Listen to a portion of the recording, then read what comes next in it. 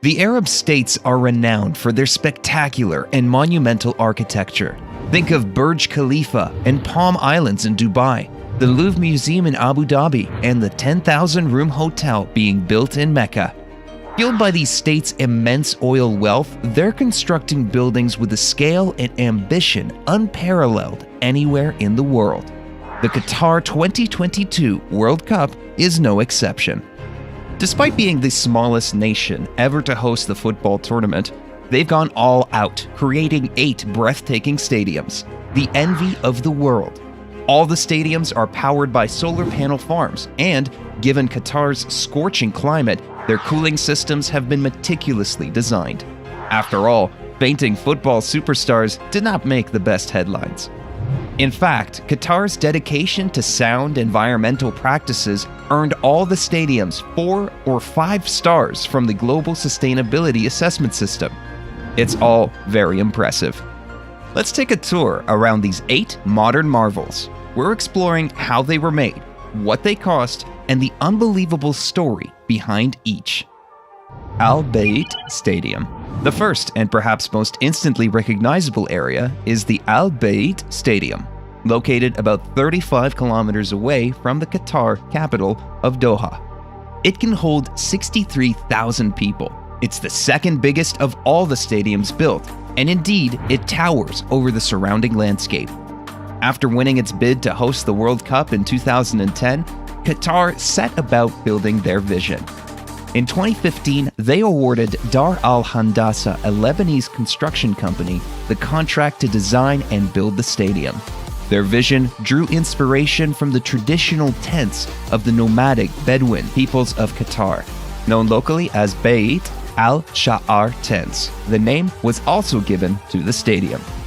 The walls billow in and out, echoing the flowing fabric. Such tents are ideal in the hot desert climate. However, the Al Bayt system features a slightly more high-tech solution. A colossal, retractable roof will cool the interior, helping to manage the scorching Qatari temperatures. The tent-like structure also shades the pitch. This clever design work earned the stadium several sustainability certifications, including a 5-star GSAS rating. But the stadium is more than just a football arena. You'll find a 5-star hotel and shopping center inside its massive walls. These luxurious hotel suites and rooms all boast balcony views of the football field in a breathtaking display of opulence. It's like no stadium on earth, aside from its siblings built for the World Cup. The stadium is planned for 8 games, including the opening match. However, once the tournament is over, the upper tier of seats will be removed and given to developing nations. It's a bold gesture that will reduce the stadium's capacity to below 32,000. A more manageable number, considering the local city of Al Khor has a population of only 202,000. Al Janube Stadium. Established in one of Qatar's oldest neighborhoods, Al Janube Stadium was designed by the renowned British-Iraqi architect Zaha Hadid, famous for the London Olympics Aquatic Center and Beijing Daxing Airport. Sadly, Hadid died in 2016 and never witnessed the stunning postmodern and neo-futurist design she conceived.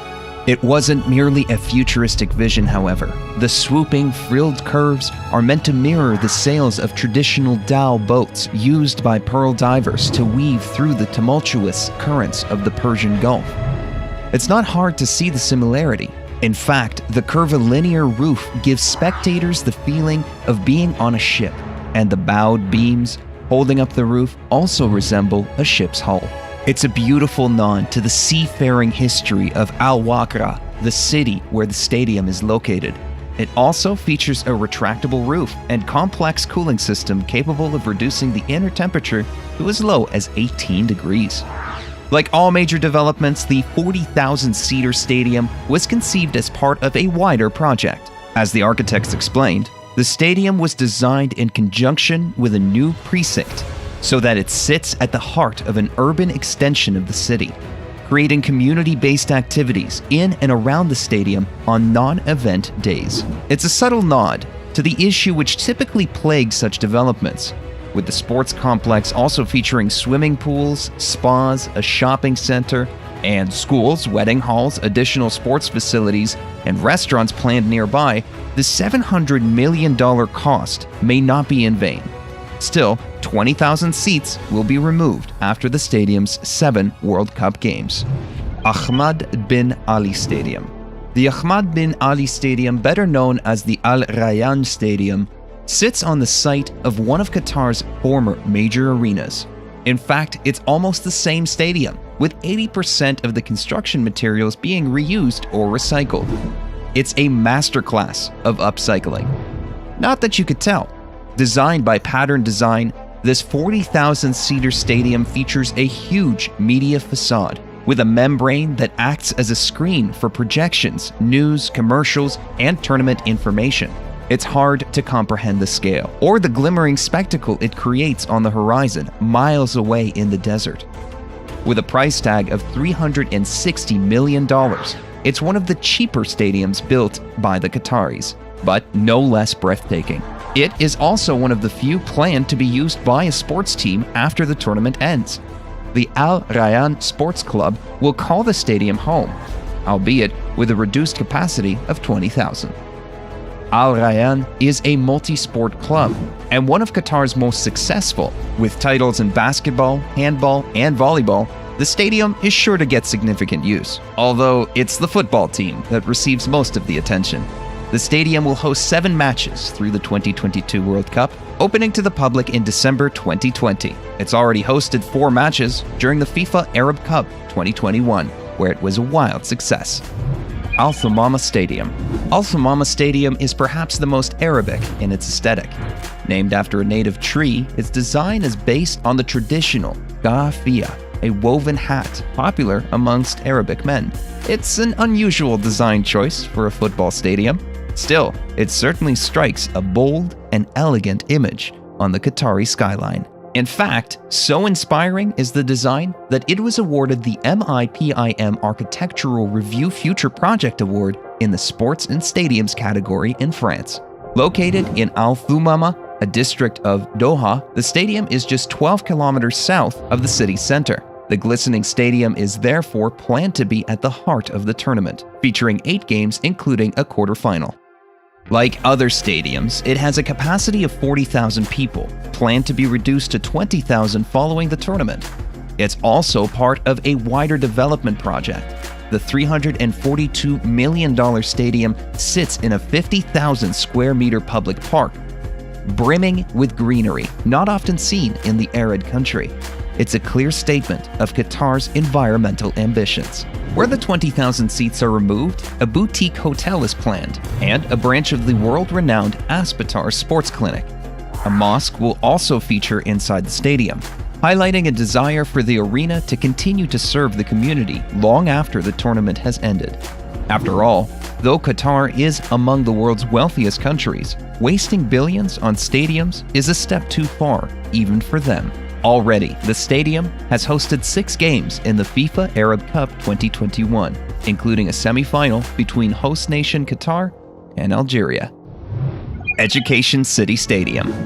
The Education City Stadium isn't the most romantically named of the 8. Nevertheless, this 40,000-seater arena located in Education City, 7 kilometers south of Doha, has earned the nickname the Diamond in the Desert. A single glance tells you why. Designed by Fenwick Iribarren and Pattern Design, the building has a facade composed of a myriad of diamond shapes, giving the overall structure its jewel-like appearance. Indeed, these diamond patterns appear to shimmer and change color as the sun moves across the sky. Despite being the jewel in the crown of the Qatar World Cup ambitions, it's also among the most environmentally sustainable stadiums in the world, receiving a 5-star GSAS rating. In fact, 20% of the building's material came from green sources. Education City Stadium will be among the most prominent following the World Cup. Built in the heart of Education City, which features satellite campuses of 8 international universities, the stadium will play host to the university athletic teams, retaining 25,000 of its initial 45,000 seats. The stadium will feature in 8 World Cup games, including a quarterfinal. Since its opening in early 2020, it's served as a popular arena for international football events, including the 2020 FIFA Club World Cup and 5 matches during the FIFA Arab Cup 2021. The $700 million stadium is certainly proving its worth. But with such an exorbitant price tag, the Qatari will be looking for other headline events to host going forwards. Khalifa International Stadium. Qatar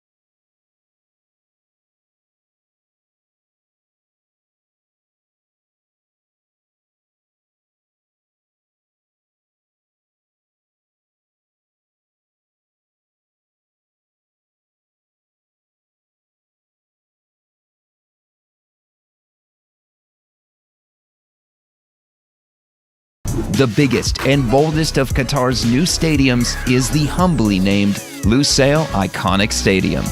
It will be the flagship stadium for the tournament, hosting 10 games, including the final. Its pure opulence in its design, designed by the renowned British architectural firm Foster & Partners, the stadium's design pays homage to the Fanar lantern and traditional handcrafted bowls and vessels used throughout the Middle East. It's envisioned as a dance of light and shadows, with the intense Qatari sun bouncing off the golden panels. It's just not golden panels. Solar panels also power the building, with the entire structure having a zero carbon footprint. But such ambition comes with a sizable price tag.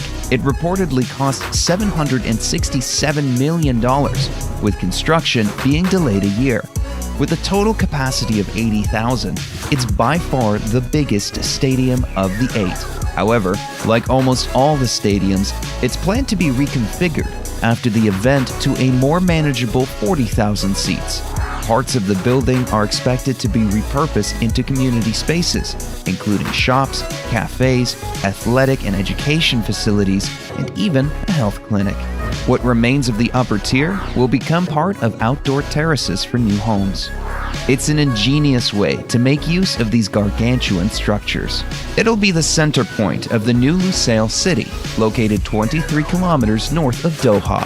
Lucille is even more ambitious than the stadium and will be the hottest destination for the tournament's spectators. Much of the city is yet to be complete, but it will eventually accommodate 450,000 people. It's planned to have marinas, residential areas, island resorts, commercial districts, and more. The Lucille Iconic Stadium will be the pinnacle of the city's achievements so far, being the 5th largest future stadium in the world. It'll make for one unforgettable final match. Stadium 974. The most impressive stadium isn't the biggest, however. Stadium 974, formerly Rasba Aboud Stadium, is a 40,000-seater arena unlike anything anywhere on the planet. In fact, despite opening in November 2021, the stadium won't exist in a few years. That's right. After the World Cup ends, the entire structure is planned to be dismantled. Indeed, from its conception, the whole stadium was built with impermanence in mind. Its name, which pays homage to Qatar's international dialing code, is also an element of its design. Constructed from 974 recycled shipping containers and modular steel, the extraordinary stadium is a blueprint for future tournament hosts worried about being stuck with an expensive stadium they can't fill. It's the first temporary venue in FIFA World Cup history. Its inventive design uses containers for bathrooms and concessions, as well as the stadium's outer wall. Despite this cobbled-together approach, the waterfront area is uniquely beautiful, maintaining the grandeur of traditional stadiums but with a modern eco-spin. It received a 4-star sustainability rating from the GSAS. Nor are the Qataris wasting their efforts. The stadium was tested on the 2021 FIFA Arab Cup's opening day and is planned to host 7 matches during the 2022 World Cup, up to the last 16. It's unknown exactly how much the temporary structure cost to build, though the site will become a waterfront development after being deconstructed. The shipping containers, modular steel, and seats will be provided as assistance to underdeveloped countries worldwide. You bet it won't be the last temporary stadium to feature in a World Cup, but it will be the benchmark by which all others are measured. But what do you think? Has Qatar exceeded expectation by producing the greatest football stadiums in the world? Or are they yet more monumental structures that will fail to live up to the hype? After all, stadiums of World Cups past are often doomed to financial problems, remaining empty for years. And what do you think of the temporary stadium? Is this an ingenious solution to the problem? Let us know in the comments below. If you enjoyed this video, make sure to watch our other video on the top 5 mega projects in Dubai. Thanks for watching. We'll see you next time.